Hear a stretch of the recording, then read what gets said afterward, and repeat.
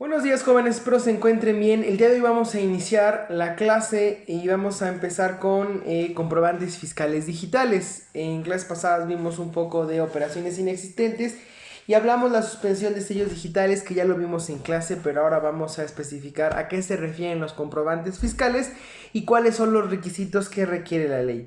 El comprobante fiscal es el documento el cual nos va a servir para acreditar la compra o la adquisición o la operación de algún acto jurídico. Es decir, con ese documento vamos a acreditar la operación fiscalmente hablando. Ojo, esto no quiere decir que ante otras materias necesitamos acreditar con otro tipo de documentos. Por ejemplo, si hablamos de la compraventa de un vehículo, estaremos hablando que vamos a firmar un contrato y ese documento tendrá que ir anexo con una factura o con un comprobante fiscal digital por internet que nos emitirá quien nos esté vendiendo. También referente a esta situación y de los vehículos, es necesario recalcar que el endoso de la factura no cede derechos ni absolutamente nada. Recuerden ustedes que la propiedad se podría dar en todo caso a través de un contrato de compraventa y de la emisión de la factura del actual titular del vehículo. Es decir, si me lo vende a mí una concesionaria, ellos me emiten la factura, y si yo se lo vendo a alguien más, yo tendré la obligación de emitir un nuevo comprobante fiscal a la persona a la que se le esté vendiendo. Jurídicamente y fiscalmente no tiene ninguna consecuencia el hecho de que una persona apunte que ceda los derechos o no de esa factura, ¿no? Entonces eso es una situación que tenemos que ver ahora. De acuerdo a esto, los comprobantes fiscales vienen establecidos en el artículo 29 y 29A del Código Fiscal de la Federación y establecen de manera clara cuáles serán las obligaciones a cumplir de cada situación. Y vamos a iniciar con la fracción primera, que dice: contar con un certificado de firma electrónica avanzada. Esta es la famosa firma electrónica, o también conocida como la e-firma. La e-firma es un documento digital que va a contener todos los datos de identidad de la persona que va a emitir dichos documentos. Es decir, va a contener desde la CURP, el RFC, todo lo que tenga que ver con acta de nacimiento, con todos los datos si hablamos de persona física. Incluso mantendrá datos biométricos, como son huellas digitales, y de los ojos también mantendrá esos datos. Y esto generará 3 archivos, que son los archivos que se van a utilizar para generar la firma electrónica. Eso será lo primero que debemos tener para poder emitir los comprobantes fiscales.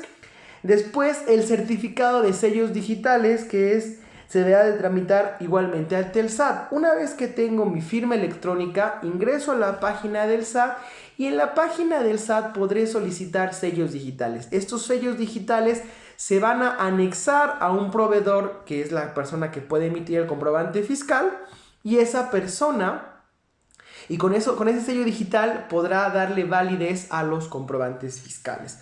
Una cuestión muy importante que aquí hay que tomar en cuenta: hay 2 formas de emitir comprobantes fiscales. La primera es con los proveedores particulares, y la segunda podría ser en la página del Servicio de Administración Tributaria. También podemos generar comprobantes fiscales. En ese sentido, cuando hablamos de la página del SAT, no requerimos sellos digitales porque la autoridad los va a estar emitiendo, ya será quien le dará la certificación a esos documentos. ¿Sale? Recuerden que ya les he comentado, y si no volvemos a aclararlo, el comprobante fiscal digital tiene el siguiente procedimiento, llamaremoslo así. La persona que emite el comprobante fiscal lo va a certificar, vamos a llamarlo de esta manera, ante el Servicio de Administración Tributaria, y bajará a la persona que recibe. Parte de esta situación veremos que deberá contener el sello y el certificado digital del Servicio de Administración Tributaria. También cumplir con los requisitos establecidos en el artículo 29A de este código.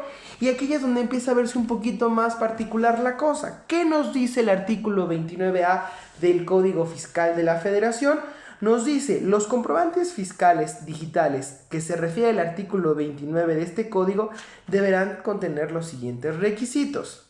Fracción primera: la clave del registro federal de contribuyentes de quien los expide y el régimen fiscal en que tributa conforme a la ley del impuesto de la renta. Es decir, tiene que tener el número de la persona que lo va a emitir, el número del registro federal de contribuyentes, que se compone con las primeras 2 letras del primer apellido, seguido de la primera letra del segundo apellido y la letra del primer nombre. Si son nombres comunes, se utilizará el segundo nombre. Hay unas ciertas reglas que ahí se manejarán de manera interna. Seguido de los 2 primeros dígitos, o mejor dicho, los 2 últimos dígitos del año de nacimiento, los 2 dígitos del mes y los 2 dígitos del día de nacimiento, seguido de un número clave que va a ser el distintivo de cada persona. ¿Sale? Y el régimen fiscal, es decir, qué actividad va a realizar respecto al régimen, respecto a la ley del impuesto de la renta, es decir, la actividad a qué se va a dedicar. Va a ser actividades, de acuerdo al Código Fiscal, al artículo 16, a las actividades empresariales. Y de las actividades, bueno, ¿a qué te dedico? Fíjate que yo me dedico a vender paletas. Busquemos entonces un régimen, del régimen D, será entonces el régimen de general de ley para personas morales, para personas físicas será actividades empresariales y de ahí derivará a lo mejor la actividad que podamos uno determinar. Siguiente, el número de folio y el sello digital del SAT referidos en la fracción cuarta, inciso B y C del artículo 29. Esos son los que hace un momento establecíamos que una vez que se va al SAT, el SAT tiene que emitirle también sellos digitales. Quiero comentar que estas situaciones uno las va haciendo relativamente sencillas porque en el supuesto de que exista una revisión a estos comprobantes fiscales, vamos a entender que el proveedor o el servicio de administración tributaria cumplen con todos los requisitos. Eso no quiere decir que los debamos de revisar. Ojo, estos son los requisitos que debe de contemplar la ley. Recuerden que la ley lo establece y si bien es cierto, pueden haber otras normas por debajo, tienen que estar supeditadas a el Código Fiscal de la Federación como norma que fue emitida por un órgano legislativo. Siguiente, lugar y fecha de expedición, es decir, dependiendo del Código Fiscal, obviamente como son comprobantes fiscales que se pueden emitir a través de internet y que se pueden emitir en cualquier parte, esto va a estar relacionado el lugar con el domicilio fiscal de la persona. Es decir, no importa si yo estoy de vacaciones a lo mejor en Tijuana y emito un comprobante fiscal, saldrá con el domicilio fiscal. Si lo tengo en la ciudad de Puebla, será el de la ciudad de Puebla. La fecha de expedición también es muy importante para ver cuándo o qué consecuencias fiscales tendrá, que lo iremos viendo más adelante. Siguiente es la clave del registro federal de contribuyentes de la persona a favor de quien se expide. Es decir, la persona a quien se la vamos a emitir, necesitamos su registro federal de contribuyentes. Ojo, nada más, de manera mínima, el registro federal de contribuyentes, el RFC. Obviamente, para ser más específicos, pondremos el nombre, pondremos la dirección, ¿sale? Esas son situaciones que también necesitaremos. Siguiente, la cantidad, unidad de medida y clase. Dice, la cantidad, unidad de medida y clase de los bienes o mercancías o descripción del servicio o del uso que ampare. Esta situación y esta fracción específica se vino a incorporar hace no mucho cuando se da la factura 3.3, que va a ser muy específico en la cantidad. ¿A qué se refiere? Bueno, dependiendo, ¿no? Si hablamos de un producto o de un servicio evidentemente es cualitativo, no se puede cuantificar, salvo que a lo mejor digamos contratos, ¿no? Y lo derivemos. Pero si hablamos de una asesoría, pues no le podremos dar 50 gramos de asesoría, ¿no? O 10 kilos de asesoría. A eso se va a referir la cantidad en el sentido, bueno, vamos a ver a cuántas asesorías da, si lo quiero así hacer, o lo puedo establecer como una sola asesoría de manera general. La unidad de medida. Reitero, la unidad de medida en servicio no existe la unidad de medida. En productos sí, ahí vamos a ver que va a existir un desglose bastante grande, puede ser kilo, puede ser kilogramos, puede ser litros, puede ser la unidad de medida que nosotros queramos y la clasificación de acuerdo al servicio o el producto que estemos llevando. Es decir, para nosotros como abogados va a existir una clasificación derivada del servicio que vayamos a prestar. Vamos a ver que vamos a encontrar derecho laboral, derecho familiar, derecho societario, derecho tributario.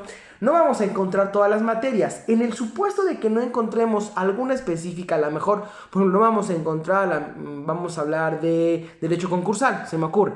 No encontraremos, pero va a existir una clave generalizada que podremos utilizar para los efectos de este tipo de derechos. Entonces ya nosotros le pondremos en la descripción, que forma parte de la factura, ahí veremos específicamente a qué refiere y cómo lo podremos escribir. A lo mejor le ponemos derecho concursal y ya le pondremos dentro de la descripción qué estuvimos haciendo. Lo podemos hacer en la descripción tan grande o tan corto como nosotros queramos, ¿sale? Es muy importante que se vayan cumpliendo este tipo de situaciones para que nos estemos conforme a lo que establece el Código Fiscal, porque en el supuesto de una revisión nos van a revisar de acuerdo a lo que establece. Ojo, una parte muy importante que tenemos ahora es que antes, hace unos años, a partir de aproximadamente 9 años, los comprobantes fiscales se emitían a través o por escrito, ¿sale?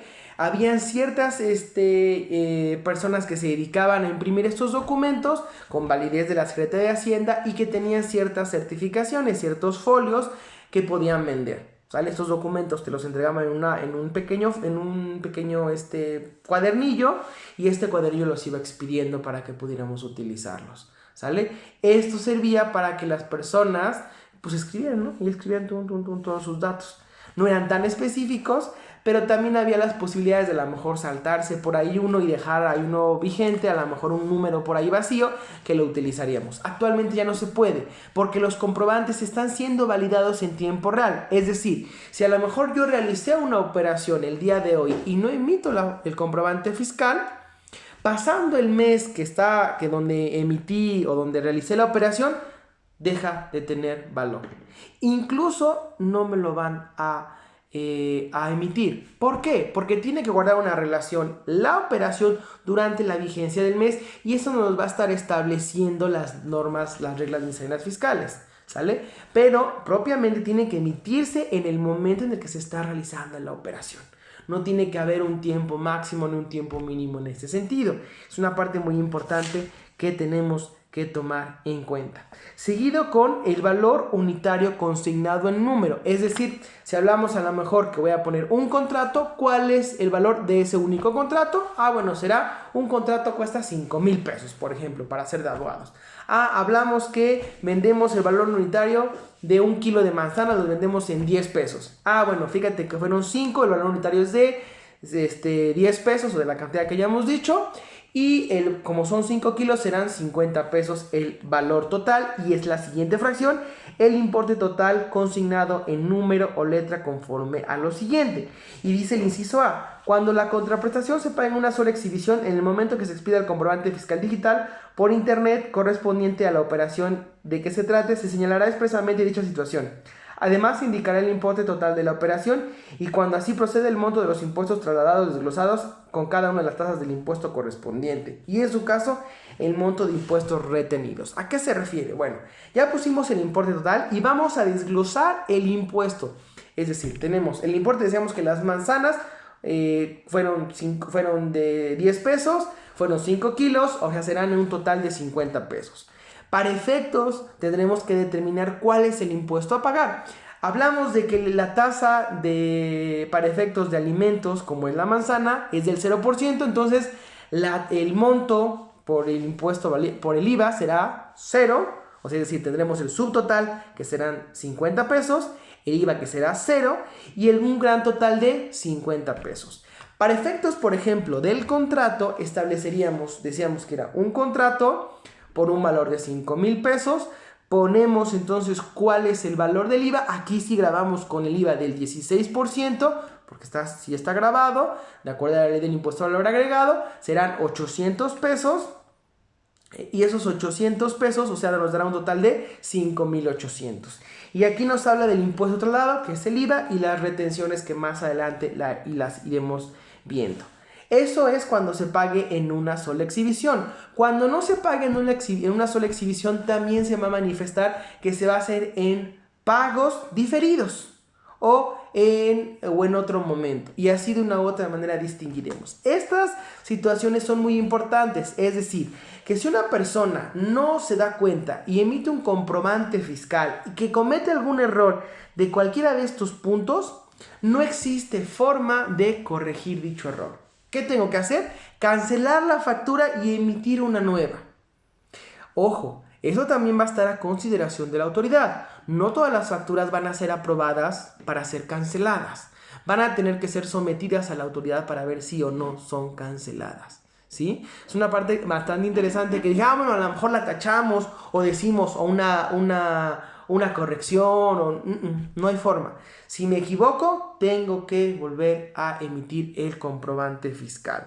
Siguiente, si hablamos de documentos aduaneros, será tratándose de mercancías de importación, la fracción octava, el número y fecha del documento aduanero, tratándose de ventas de primera mano, en importaciones efectuadas en favor de un tercero, el número y fecha de documento aduanero, los conceptos y montos pagados por el contribuyente directamente al proveedor, el extranjero, y los importes de las contribuciones pagadas por motivo de la importación. Esto quiere decir que si alguien va a vender algún documento, esta factura debe de contener estas situaciones. Esto quiere decir que en la introducción de mercancía, aquella persona que vende esa mercancía o que haya importado la mercancía deberá contener estos requisitos, su documento o su comprobante fiscal digital. Y el inciso o la fracción novena establece que todos los contenidos en las disposiciones fiscales que sean requeridos y que dé a conocer el Servicio de Administración Tributaria mediante las reglas de carácter general. Que aquí le abre la autoridad la puerta para poner cualquier otros requisitos que ellos consideren que son susceptibles y que se necesitan para poder hacer validez. Por ejemplo, el tipo y la forma de pago, el destino que se le va a dar a la mercancía. Vamos a ver un listado que más adelante lo iremos analizando ya un poquito más ejemplificado, donde veremos que serán gastos en general, pueden ser donativos, adquisición de mercancías, un desglose y la forma de pago. ¿A qué me refiero con forma de pago? Puede ser en cheque, efectivo, tarjeta, cualquier situación que nos podamos ocurrir o cualquier forma de pago que esté aprobado por el Banco de México. Y así también vamos a ver la moneda, también se va a establecer si es una moneda, el tipo de cambio, incluso se le puede fijar el tipo de cambio. La factura puede emitirse en dólares, en euros, en yens, en el tipo de moneda que ustedes consideren, manden, ordenen, también se puede establecer dentro de sus supuestos. ¿Vale? Esos son en términos generales los requisitos mínimos del comprobante fiscal digital, lo cual nos va a dar cierto rigor al momento de emitirlos. Que en algún punto, si nos llegaran a revisar y no se cumplieran, esos comprobantes fiscales serían nulos. Por uno, no tendrían valor alguno, no tendrían ningún efecto fiscal. Claro, hay que entender que como estamos basándonos en un proveedor o en el mismo SAT, difícilmente carecerían de estos requisitos porque la misma factura no te la va a dejar emitir si no cumples con los requisitos mínimos. Es decir, con el RFC, con la dirección, con todas las cuestiones que acabamos de ver, si no los estableces, no te va a dejar emitir el comprobante fiscal. Y si cometes un error, ya será exclusivamente tuyo, ¿sale? Entonces ahí es muy importante que ustedes vayan viendo. Más adelante vamos a analizar un documento y vamos a hacer el desglose de esta situación para que podamos analizar y confrontarlo con lo que establece la ley, y posteriormente en las facultades de comprobación en su fracción quinta observaremos cómo se hacen las revisiones de este tipo de documentos. ¿Vale? Ok, por el día de hoy esto sería todo. Les voy a dejar una actividad. Espero que estén al pendiente. Saludos.